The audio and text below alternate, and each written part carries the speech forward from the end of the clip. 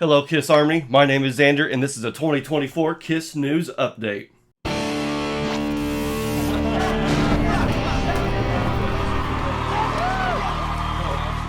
Welcome to episode 116 of the Kiss Army Things podcast, and yes, I am drinking Moneybag Soda out of a coffee mug because that is what newscasters do, right? So yeah, welcome to the Kiss Army Things podcast. Today is going to be a 2024 Kiss News Update. We haven't really done any news updates in the past few episodes. It's mostly been a lot of album reviews, which has been really fun. First, it was, I think, Animalized. We had Sonic Boom, Hot in the Shade. We just did Hotter Than Hell. So it's been a lot of fun reviewing and listening to Kiss albums, but I thought, why don't we just take a step back, have a chill week, catching up on some of the latest things that's been happening in the Kiss world. First, I want to say thank you to anybody who's a new viewer. If you're watching for the first time, I really do appreciate it. If you're a recurring viewer, thank you so much for choosing to watch my show, watch our channel week after week. It really does mean a lot. This is everybody's place for a fun, drama-free time. You know, this is just Kiss fans having fun, talking all things about the band. And so some of this stuff is old news, some of it is new news. But again, all of it is just things that I haven't been able to quite talk about on the show. Kiss Army Things, if you get my drift. That's the name of the show. However, first, I do want to real quickly get to a Kiss Spotlight. It's been a while since we've done a traditional Kiss Spotlight. When we do album reviews, the album is the Kiss Spotlight. But on normal weeks, we usually talk about the album or DVD that we've been watching or listening to, or whatever it is that we've been consuming Kiss media-wise. And so for me, this week, I want to show everyone this bootleg album I've been listening to, Diamonds in the Dust. I think I've mentioned it on the show before, but I thought that this week I would take a step back from listening to just traditional studio albums like we have been for the past month or two, and thought, why don't I pick up and listen to a live album, or in this case, a bootleg, maybe even a compilation, or in this case, all the above. So you can see, I don't know if anybody else has this, you might. It's a very popular Kiss bootleg. I don't have an extensive Kiss bootleg collection, but this is one of my favorite ones because Diamond in the Dust is it's like a mixtape, but in vinyl format. So you don't just have songs from, the same show. It's a lot of different shows from a lot of early Kiss. I mean, the first one, it opens up with Room Service from Fremd High School in Illinois in 1975. So we always talk about Cadillac, Michigan High School, but I wonder what went down at the Fremd High School gymnasium in Palatine, Illinois on April 1975. So yeah, this opens up with Room Service. And speaking of Dress to Kill, the thing that really made me do a double take was I flipped it over, was listening to side two. Just before, while I was setting up, I had this on the turntable and was listening to it. And I turned on to side two, and it starts out with Ladies in Waiting, a very rare appearance of Ladies in Waiting. They really didn't play that one a whole lot, but here it is, November 15th in Rockford, Illinois, being played at the National Guard Armory. So, I wanted to spotlight Diamonds in the Dust. I can't show the record right now because, again, it's on the turntable, but I will be sure to put in a picture of it because it is an absolutely gorgeous record, a nice purplish pink color with some sparkle. So, always love it when there's some extra fun to a vinyl. Speaking of, here is a really cool pullout. You can see that I have, the solo albums here, the solo albums here. Here's some other 1970s, early Kiss. Here is, it looks like, what we got here, 1976, it looks like, Destroyer era with Love Gun on the back. So a nice high gloss sleeve. It actually did come with a traditional white sleeve, or maybe that was one that Jeb inserted before he gave it to me. I don't know. But either way, very cool when it comes with extra Kiss goodies. And who doesn't love the iconic Gene photo from the cover of Kiss Alive 2 just blown up on the back. So, love the black and white there, or I'm sorry, the black and yellow. That's the color scheme of our podcast too. So, yeah, love that. Nice and bold, stands out. So, I wanted to showcase Kiss Diamonds in the Dust LP for you guys. So, let me know in the comments what you've been jamming to, what you've been listening to. And like I said, we're going to roll right into it, getting into some Kiss news, because there's never a shortage of Kiss news in Kiss world. So the first thing I wanted to get to is a little bit of old news. Like I said, we're going to kind of be retracing our steps, kind of retracking a little bit. But earlier last month in October, Gene made an appearance on Dancing with the Stars. And this, for me, maybe not you, and definitely not for some others. This was kind of exciting for me. I can think back maybe more than a decade ago when Kiss made an appearance on one episode, two episodes actually. They played Rock and Roll Night on one and Lick It Up on another, and there was choreographed Kiss dancers. So I think they had some really cool Kiss choreography in this one too. But anytime Gene makes an appearance on TV for me is fun because Gene himself is just such a character. He always has fun with it. And it was really interesting to me seeing the backlash from that appearance. I mean, I guess I'm not surprised at the end of the day. Gene always garners some reaction from some people for something he says, it seems. But it was just interesting to me how, some people can have a good time and then somebody else watching the exact same thing can just have a miserable time.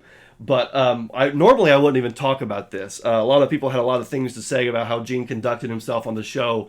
And what was interesting for me is, again, I was watching it with my grandmother, my cousin-in-law, their two kids who were, pretty young. And it was just a fun evening. I mean, I don't really expect Gene to be, a expert on dances. Everyone's like, oh, he was, terrible with his scoring and inconsistent with his scoring. He was racist with his scoring. It's like, I don't even think, who is Gene who is Gene to judge these dancers? He's just a celebrity guest, right?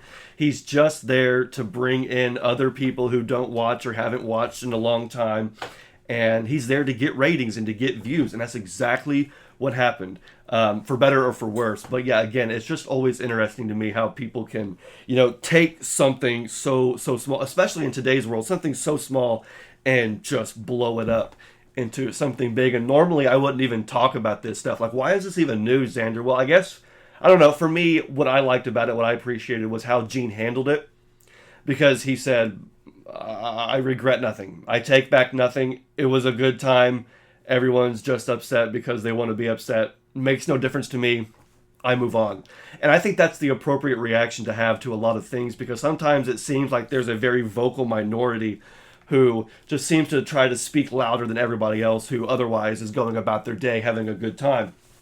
But for Gene to come out and say, no, just me having fun, I think is a good response, because sometimes celebrities and people who have some level of fame are pressured to or feel the need to write out these long, dramatic apologies and, I'm sorry for offending you and, for saying something that was insensitive. I love all people. And not that Gene is somehow insensitive and rude, but again, it's just kind of weird how people feel like they're forced to write these like half-hearted apologies, whereas Gene, he's just like, I'm just being me. If you can't handle that, that's your problem. You know what I mean? So that, I guess, to me was my takeaway, other than the fact that I had a fun time watching Gene. Earlier this year, he was on American Idol. That was so much fun, too. Everyone's like, why is Gene on American Idol? And I was like, because he's giving really good advice to people. I'll say this. I think that having Gene on American Idol made more sense than Dancing with the Stars, because on American Idol, he was able to actually sit one-on-one with each of the contestants and mentor them and tailor, his critiques to their performance, whether it was someone who didn't have enough confidence or maybe it was someone who wasn't, getting the right feel or the right emotion, whatever it was, get your stage presence. That was one thing he harped on. It's like, well, obviously you're a good singer. You wouldn't be here. So let's take your performance and up to the next level. So I think having Gene on a program like American Idol made much more sense, where he was able to actually make more of a difference. Whereas on Dancing with the Stars, it was more just him kind of, again, making an appearance for ratings. My takeaway from it, well, I told my family, I said, all right, guys, I guarantee at some point he's going to talk about the twist competition that he won back in high school.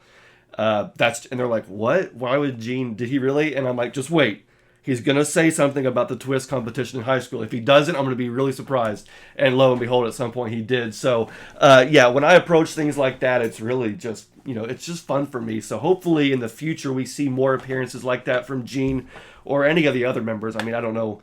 I don't see, Paul and Ace and Peter doing anything like that. But Gene seems to be the one that's having the most fun right now, post-Kiss. He's been the most public.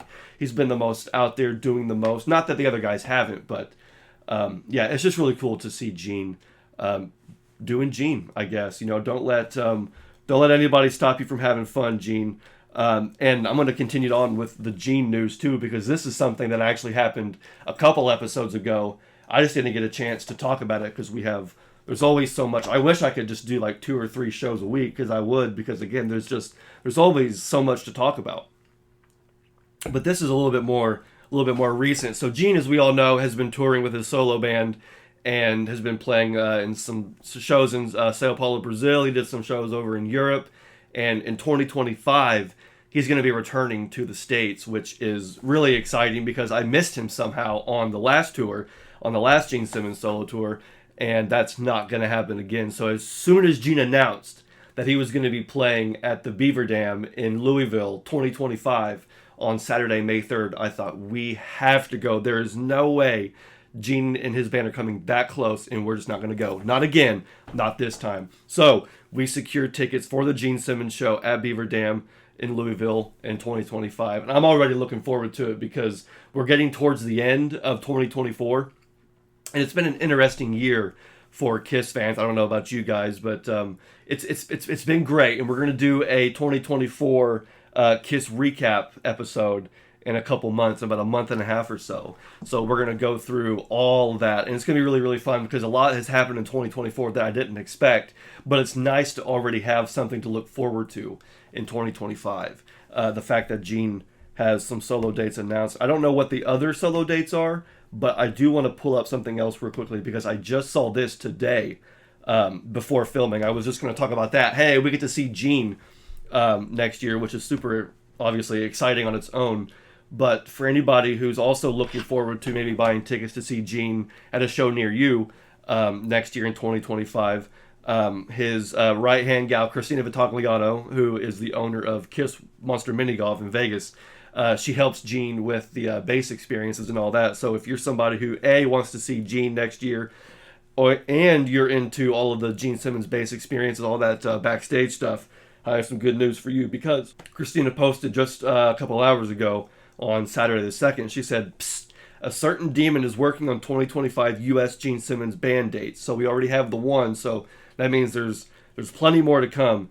But she says we have a very limited inventory of Gene Simmons basses in stock. But yes, we will offer bass experiences and a few totally cool and very unique Gene Simmons band experiences too. We're working on updating the website, adding these experiences. We'll post info in time." So my takeaway from this is that obviously there's going to be more than just one U.S. show announced. The show in Louisville is actually the kickoff show for that season at Beaver Dam. So that'll be the first show they host that year, featuring Gene Simmons, and I believe the Iron Maidens are opening. It's a female Iron Maiden tribute band. I've heard a lot of good things about them.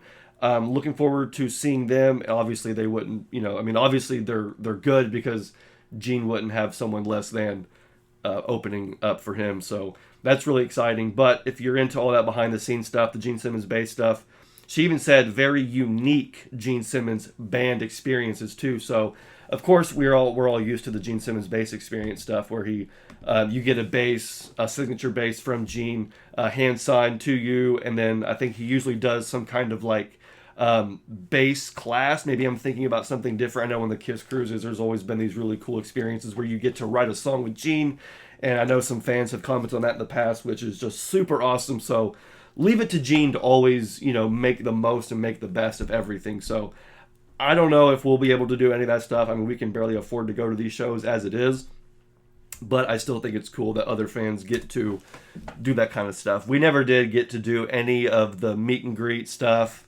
while they were on tour, all the backstage stuff. We did get to do Soundcheck in Dayton in 2022, I think. That was really awesome. 2023, I don't even know at this point.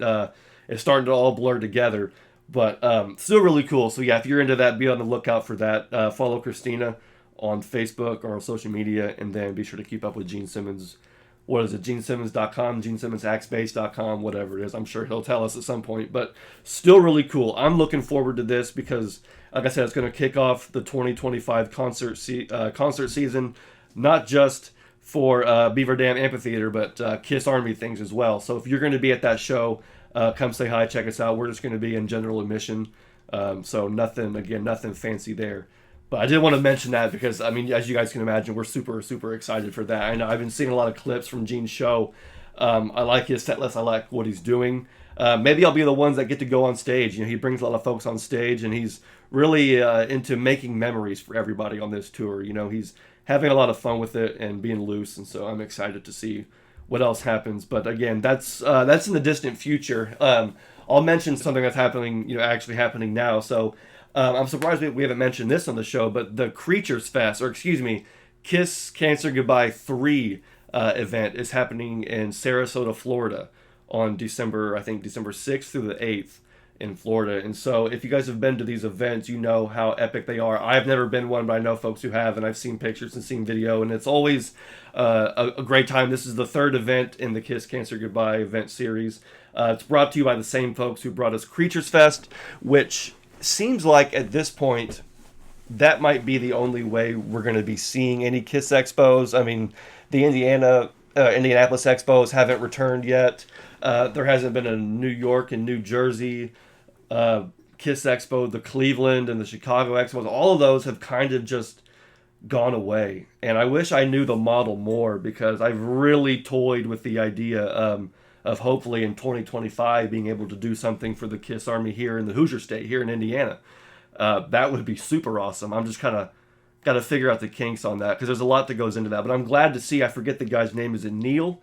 I could be getting that wrong. Here I am just name dropping. But yeah, I don't know.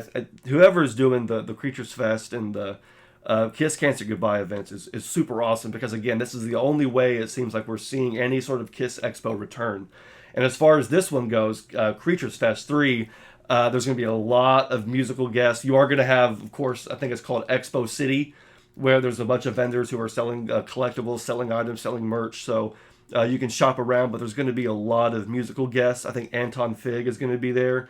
Bruce Kulick will be there performing all 3 days in various capacities, taking part in different activities throughout the weekend. So still undecided whether we're going to get to go or not. Daphne and I have been on the fence about it. Should we go? Should we not? It's pretty cheap, but it's going to cost more for the trip itself. Can we even get off work? Should we get off work? It's so close to blah, blah, blah.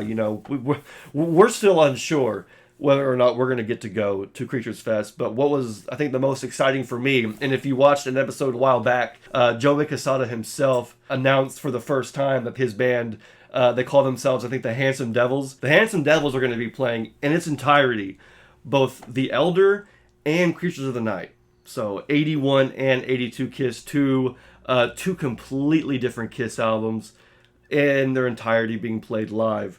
That to me was super exciting. Obviously The Elder doesn't really get much love from anybody, even the band. A lot of those songs haven't been played live. So to see The Elder getting that kind of love is going to be cool. And if I do go, that's going to be one of the highlights right there.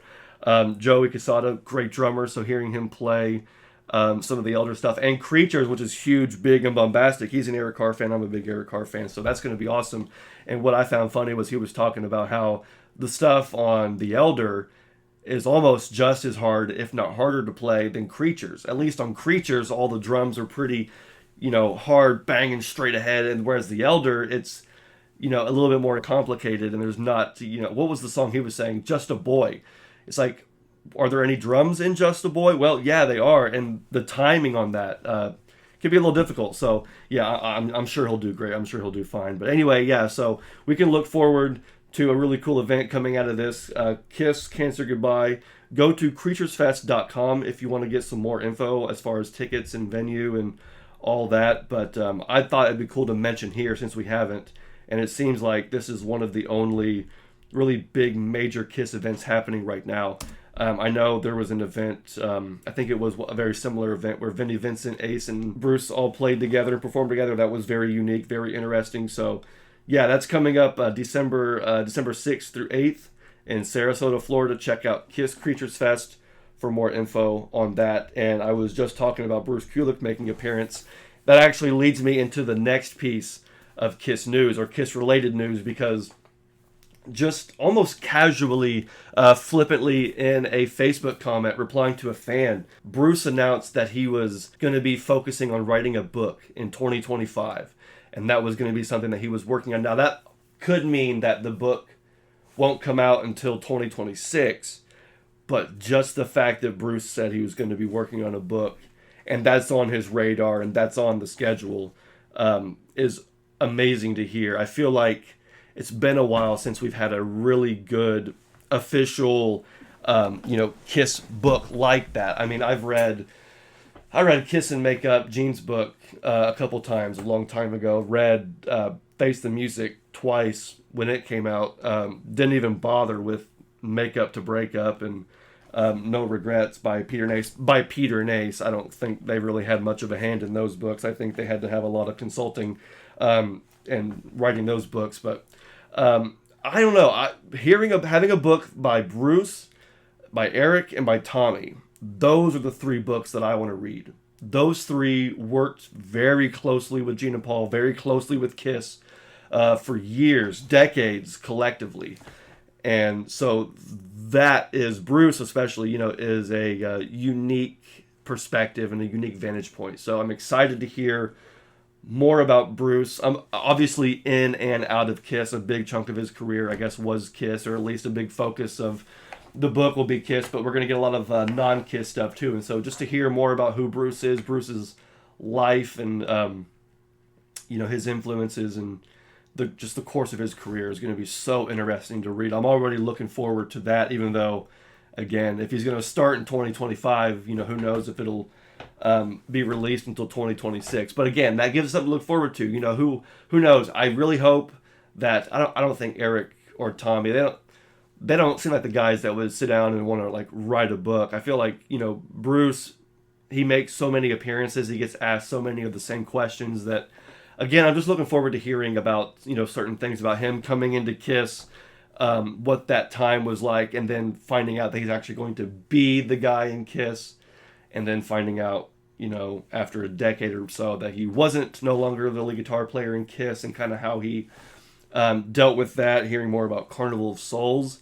So, yeah, I don't know. I'm just looking forward to that. Maybe in 2025 I'll try and have Bruce on the show, reach out to him and see if he wants to come on and talk about either that or, whatever else. But I just know that when I heard that, I perked up. I was like, see, there we go. There's something else to look forward to. I think we may have even talked about at some point on this show about how, Bruce should or would write a book. And so now that we're, really talking about, now that he's actually talking about it himself, is super awesome. So that's one more thing to look forward to in 2025. I don't even know when this is coming out, but let me get something to drink here before I croak. When there's two people here, I get a break and I can kind of collect my thoughts and have a drink, but I'm flying solo today, which is fine. So I really appreciate you guys being here. Thank you so much for joining me on this episode. Hopefully this is a fun little twist for you guys, the whole newscaster thing, but let's get back into it because we have more Kiss news to discuss. This one, kind of old news, but again, just haven't talked about it. I really wanted to get your guys' thoughts on this. So Paul, again, almost casually, flippantly just made a post with a picture of his wife Erin, saying she was being interviewed for the 5-part End of the Road documentary, which again, 2 things, documentary, End of the Road, 3 things upcoming. Those things just all make me super excited. So I was wondering if there was going to be a documentary, and then I think Doc and even some of the members themselves have talked about it. So I knew that a Kiss documentary, maybe possibly 2 documentaries, are in the works right now. And so hearing Paul making a semi-official post, that it's actually happening, is really exciting. I just don't know anything about a release date. I don't know if it's going to be something that's going to be released maybe more towards December 2nd, the 1-year anniversary of. And Kiss is kind of giving us something to look forward to for Christmas or for the end of 2024 in general. But I have no information on a release date. I have no information on how it's going to be released, how it's going to be presented. Is this going to be a theatrical thing? Is this going to be on streaming? Is this going to be on A&E? Again, network television. So as far as what avenue they're going to take, I have no idea. All we know is that it's going to be a 5-part documentary about the End of the Road tour. And I'm sitting here thinking, 5 parts?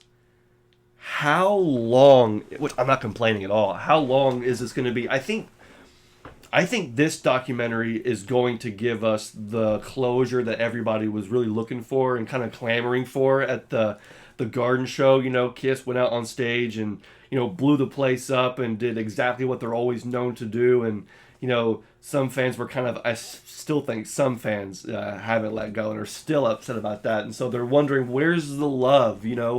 Where's where's the behind the scenes, behind the makeup stuff? Where's the sense of gratitude and the sense of, like, what else is there? Where's the weight to it all? And I think we're going to have that weight present itself in this documentary.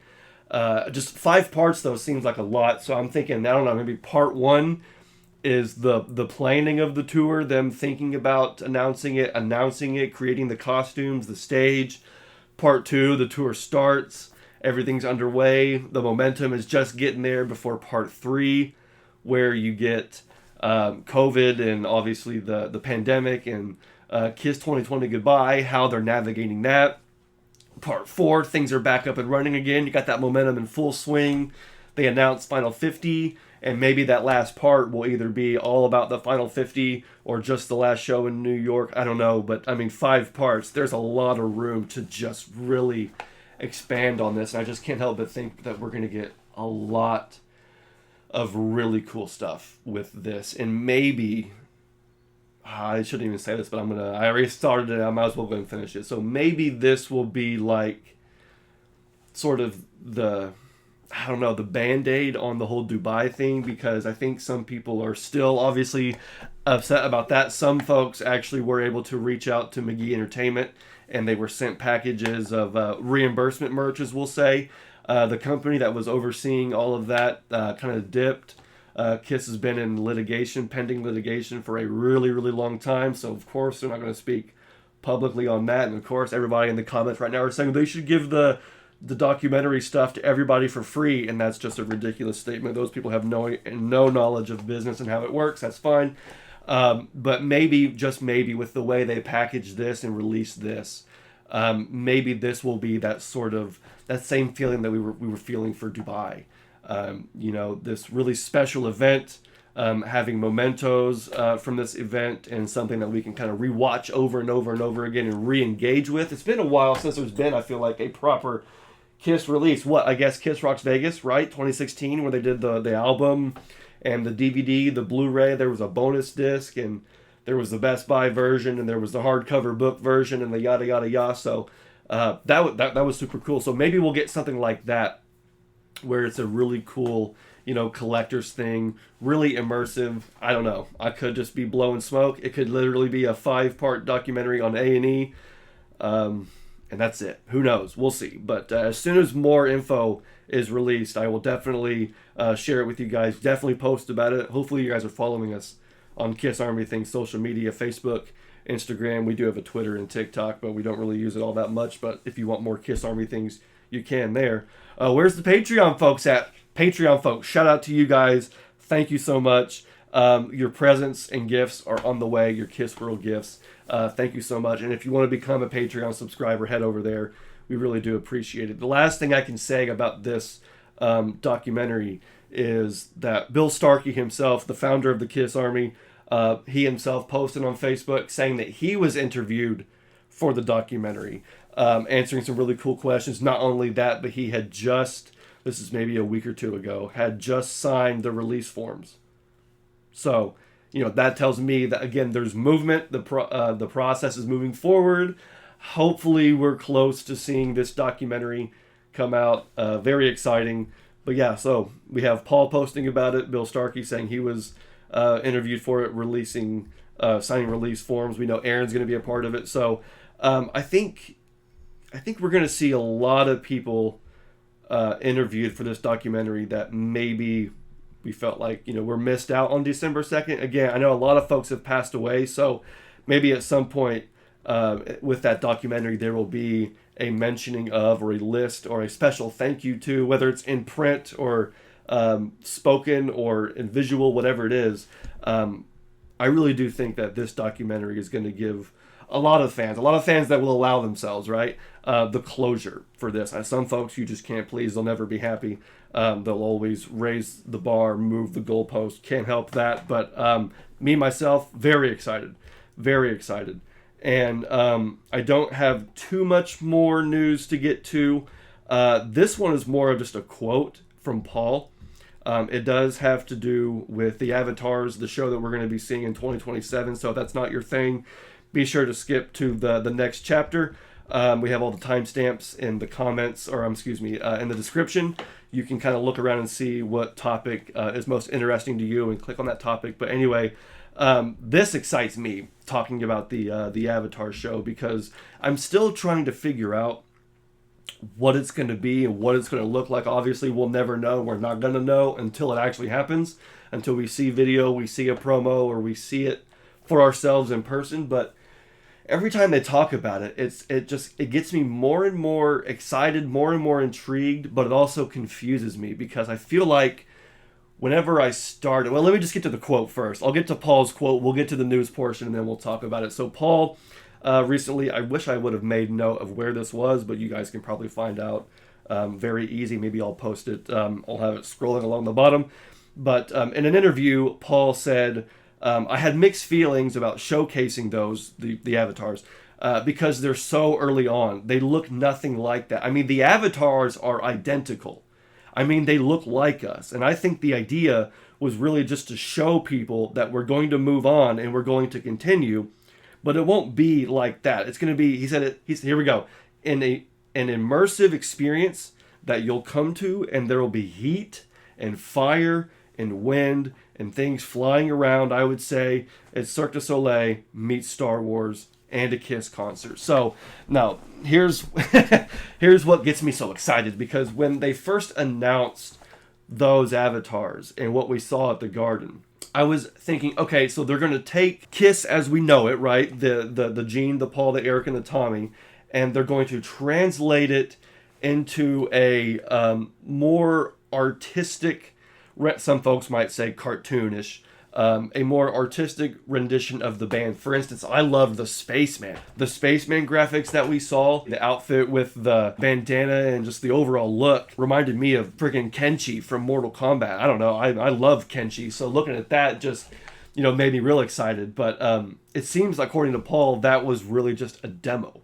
That was literally just a, hey, by the way, there was even some really cool lighting demos we saw where they would like shift the lighting and show just how high def these are.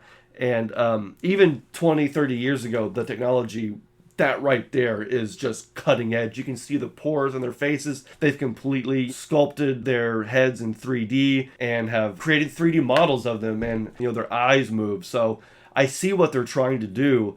But I was kind of thinking that it was going to be more of an artistic thing where you have them on stage flying around playing instruments. But then Paul said it wasn't going to be like a concert or anything like that, where, you can't just look at an amp and say, well, that amp looks real. It's like there's nothing to that. And so I'm thinking, okay, well, what are you getting at? Now he's saying the avatars are identical. You're going to blink and it's going to be like, wait, is that really the Star Child from the end of the road tour, or from whatever? It's like, is that really, that's him? It's identical.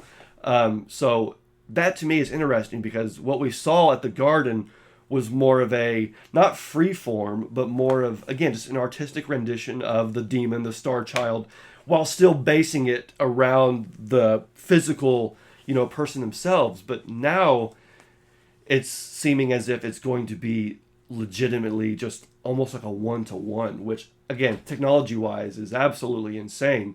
And it's even more immersive because you have him saying that you're going to have heat, fire, wind. So it seems like you're going to be sitting in your seat, and then when the pyro goes off, you're going to feel that heat. There's going to be more than probably one point of fire, whereas usually it's just on the stage, right? That's what we're used to. This fire is going to be coming all around, right? There's going to be parts where they're going to have like air being blown out into the, maybe you're going to be like getting blown away. It seems like it's going to be way more immersive than just, sitting and watching something. So again, as these things roll out, as this information comes out, it's just more and more mesmerizing. For some folks, they could not be more turned off. I'm completely dialed in. This is the future. This is the new era. If KISS can't be here in physical form, they need to be here in some other form. And what they're going to do with this, I think, is going to set a precedence for what future live entertainment is going to be, just like what they did 50 years ago. I mean, all the bands that we know and love are going away. All these big companies are absorbing these catalogs, and I know that does sound like it probably is an example of corporate greed, but if they want to maximize on their money, they better be giving us something really juicy, something really good to sink our teeth into. And so when Paul says Cirque du Soleil, I see that. Cirque du Soleil was the what was it called? Love, the Beatles' Love. Daphne went and saw it, huge Beatles fan. She said that was like, I couldn't see the Beatles because I wasn't around, but I got to see this, which is a celebration of the Beatles, the image, the music, the members, the lore, the history, the legacy, all that. The Kiss Avatar show is going to be like that, but in 2027, right? It's going to be the futuristic version of that, the modern day version of it. I will say it is a little ironic that he said Cirque du Soleil meets Star Wars, because where have we heard that before? Beatles meets Star Wars, Kiss meets the Phantom. So hopefully that's not a foreshadowing. I doubt it. This isn't 1978. Technology is a lot different. People are taking more care of things now. You don't want to repeat that old mistakes, and I don't think they will. I think what we're going to get, it may not be for everybody, and that's totally okay. But when I think about the 14-year-olds, the 10-year-olds, the 8-year-olds, and the 5-year-olds who saw their first Kiss show on the end of the road tour, and thought, well, gee, I want to do this again and again and again. It's like, oh, too bad. No, it's like, okay, you wait. You will get to see the Demon, the Star Child, the Catman, and the Spaceman in some way, shape, or form live again in a way that you've never seen and never could even anticipate. And so that to me gets me excited. If it's not for you, totally fine, totally get it. But for me, I'm just beyond excited, and I can't help but always want to go back to that Bill Aucoin video from, I think it was 60 Minutes in Australia. When I heard that clip and saw that video, I've seen it many times before as a kid, as a teenager, on YouTube, whatever. But watching that clip, I'll go ahead and play it for everybody right now. But then the secret of any slick business is to plan ahead. Well, I think for KISS, what we're trying to do is, and we'll move into other areas, into feature films and into animation, and what we'll try to do is we'll try to bring the creation of KISS, the fantasy, the characters themselves, the superhero characters, into a place where they'll stand on their own. I'm not talking about the physical human beings that could last forever. Seeing that clip post End of the Road Tour, post December 2nd, has a whole new meaning. I really feel like Bill Aucoin was, about 50 years ahead of his time, which in tech years, that's like 100 years. The technology from, Bill Aucoin's time to today is just 100-fold different. And I think, even though Bill probably couldn't imagine necessarily Kiss avatars, this is exactly what his initial vision for Kiss was. Gene and Paul, the fans, we're all just catching up. Pop House, Lucasfilm, we're just now catching up to Bill Aucoin's original vision for what Kiss could actually be. The potential for Kiss is so much more and beyond just the music, but the music, the band, will always and forever be the foundation. Everything else just builds off of that, and Kiss truly is something remarkable and something special. So I'm going to quit blabbing about that. I just thought that was so cool. Bill Aucoin in his Howard Stark mode. Finally, technology has caught up. We're just now seeing the realization of the original vision. So anyway, I'm hyped up, as you can clearly see. That's it for the Kiss news portion of the show. Thank you, everybody. Hope this has been fun. I do naturally want to get to the next segment, which is the Collector's Corner. You guys know every episode I show something from my Kiss collection, because I would say that as a Kiss collector, I'm active. I am an active Kiss collector, and I'm curious to see how many of the recurring viewers, again, new viewers, I'm glad you're here. Hope this is fun for you, but the recurring viewers, if you're a returning viewer, did you notice anything different about the background? What's behind me? You guys watch every week, so either it's all just kind of the same mundane, or it was the first thing you saw. But the first thing I want to show for the Collector's Corner is my new Kiss poster. This is the Halloween 2024 KISSOnline exclusive poster. I mentioned this a couple episodes ago when the merch dropped, and I said I wasn't going to get it. I don't think it's worth it. I don't think I'm going to be able to get it. I lied. Here it is. It is great. It is awesome. Now, I will say $100 is still way too much. And don't worry, Daphne does know. It's fine. So we had a good month. I thought, why not? You know what I mean? I'm going to have fun, spend something, get something really, really cool and new for the collection. But the reason why I decided to change my mind was somebody else posted in the KISS group and said that they got theirs and they were really happy with it. Somebody said, it's really high quality. It has a little bit of an extra sheen, a little bit of a shine to it in parts. They did some really cool effects. You guys really can't see it right now. Maybe I'll be able to do a little video for you and insert it. But it has some really cool stylization to it. Of course, the artwork itself is really cool. And they said it was printed on quality stock. There's another KISS poster I bought. Actually, it's 2 posters behind that one. It was the original End of the Road tour poster that was released at the beginning of the tour. I paid like $45 for it, and when I got it, it came and it was just dang near creased, folded, terrible quality print, and it was printed on the cheapest stock possible, and it really put a bad taste in my mouth. And I said, there's no reason for me to ever buy a poster from KOL ever again. And the only one I bought after that was the one you guys saw prior to this, which is the Final 50 poster. I bought that at the Indianapolis show in November, almost a year ago. But that's old news. That's End of the Road tour, Final 50. No, this is the new KISS. You can see that KISS is no longer tethered to the ground, right?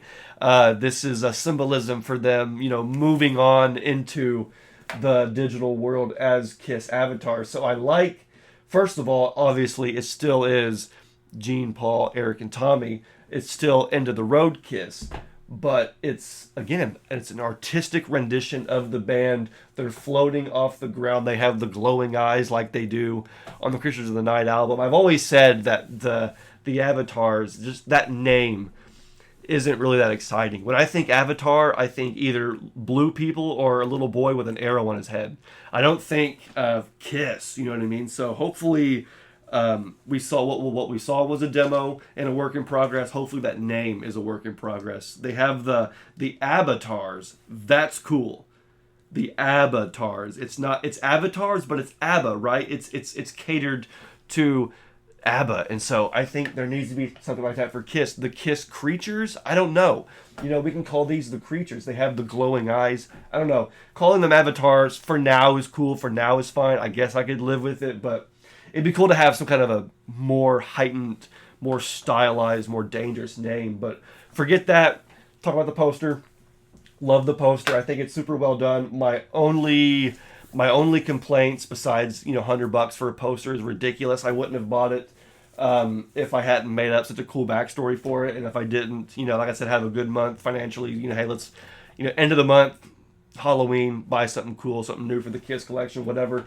My only issues with it are that it's not numbered, which kind of bothers me because online it says that it's limited to only 500 worldwide. That's extremely limited. So if it's going to be an exclusive release like that, a little bit of a higher price you can kind of justify. But this is not numbered at all. And I've heard somebody else post about it saying theirs was not numbered. And so it's like, well, technically it says 500, but they could print 550 if they get that many orders and nobody would ever know. So it does feel a little bit cheap that there is not cheap because it wasn't cheap. It was expensive, but it seems like a little shady that there isn't an actual number on it. And speaking of shady, the artist isn't even listed there either. There should be a signature at the bottom, a printing of the artist's name somewhere because somebody did this. Whether it's Photoshop, whether it's they airbrushed the members themselves, I don't know. I don't care. This is artistic. It's well done. And I want to know who did it, and whoever did it should have their name. I mean, you look at the cover of Destroyer, right there, boom, King Kelly. You look at the cover of Sonic Boom, boom, right there, Dorit, whatever. The name is there, and so I feel like this should be no different. Either way, still a cool poster. I do wish it was a little bit brighter. The last one, Final 50, was really bright. This one is kind of just a little bit darker and kind of doesn't really pop when you walk into the room, but it's still a cool poster. I love it. I think it looks great. I love this little witch. I don't know who this is, if this is Lucasfilm or whatever, or it's Pop House raising Kiss from the dead, not the dead, but you know what I mean, from the ashes. What they say, this is the Phoenix Project. I think Gene said that the avatars is like the Phoenix Project, where Kiss rises from the ashes. And so here they are rising out of a volcanic ash with red lightning. Paul's fingertips are glowing. I could go on forever. I probably should move on now. You guys get the point. I don't know if there's any being sold still on KOL, but if you want to, go ahead and check. The last thing I want to get to is actually another KOL exclusive release. Let's go ahead and check it out before I talk about it. So, as we all know, there are merchandise drops that accompany every anniversary of a Kiss album. Major anniversary for a major Kiss album tends to get an anniversary merch drop release. And so all Kiss fans, we follow those very closely, right? When they did the first album in the beginning of the year, I got the socks and the ring for Psycho Circus. Last year, I got the buttons and the cards. Some of them have been a little bit lackluster, and so I haven't really been buying as much. Not that I need to buy everything. You know, it's not all about buying, but it tends to come down to that sometimes if you want to have some extra fun. Obviously, you know, not everything in life is free, and Kiss fans know that. But this I wanted to show with you guys because we just did a full review. I had Rob on for a full album review of Hotter Than Hell, and Kiss did a merch drop for it, and most of it, as I was scrolling, was kind of samey. I'm always looking for the weird, random, unique items that they will release. And so when I saw this, I thought, that's it. That's what I want. It's the Kiss Hotter Than Hell fan. So I'm letting you guys see it before I do, although I can kind of see it through. But yes, that is super cool. This is one of those unique things that I like for my Kiss collection. You know, I don't care anymore about picture disc, anniversary vinyl with, you know, how many records can you honestly own? How many t-shirts can you honestly own? $80 for a hoodie is unrealistic. $20 for a Hotter Than Hell fan, but I can sit here and do this and pretend like I'm, you know, Katana or something. Like, I don't give a shit. This is awesome. This is cool. This is the kind of stuff that, how many folks can say they have a Hotter Than Hell collection? I know I don't. I mean, yes, we can have the vinyl and the CD and the cassette and the 8-track, but like, how much merchandise is there actually of just Hotter Than Hell? I have a Psycho Circus collection space. I have a Kiss coffee house, Kiss Sonic Boom, you know, all this stuff themed in my collection, but I cannot say that I have a Hotter Than Hell collection, but this might just be the beginning of it, because that is what I get from these anniversary releases, is that we get additions to part of our collections that may not exist. You know what I mean? Like, obviously Psycho Circus there's lots of Psycho Circus stuff, but how much Animalized stuff is there? You know, so the Animalized drop, even though I only got one thing and wasn't really happy with it, it's still cool to have, you know, those kinds of things coming out. So I was a little bit harsh with KOL in my last episode. Rob and I kind of talked about how, you know, the lackluster anniversary releases and the bundles, the prices, and, you know, the shipping, and on and on and on. And while, yes, we did, you know, make some really good valid points, and we were being honest, I will be honest again in this episode and say that KISSOnline did right this time. The issue in the past with a lot of things has been price. Things, and they still do have issues with pricing. Things are just priced way too high. I don't know if they think that it's just because we're Kiss fans, we're going to buy everything. It's not true. It's been proven. They're probably still sitting on stock from the Creatures vinyl and, you know, the Destroyer vinyl. $1,000 box set. Stupid. But this price, $24, reasonable. Well made. It's huge. Hotter Than Hell. It's commemorative. So yeah, this is really great. Another one of the issues has been shipping and how long it takes. And you know, they shipped this, I think, 2 days later. And here I am talking about it when we just did our album review last episode. Whereas it took forever to get the first album merch. And I hope this isn't annoying. The microphone's probably picking up all that noise. Sorry.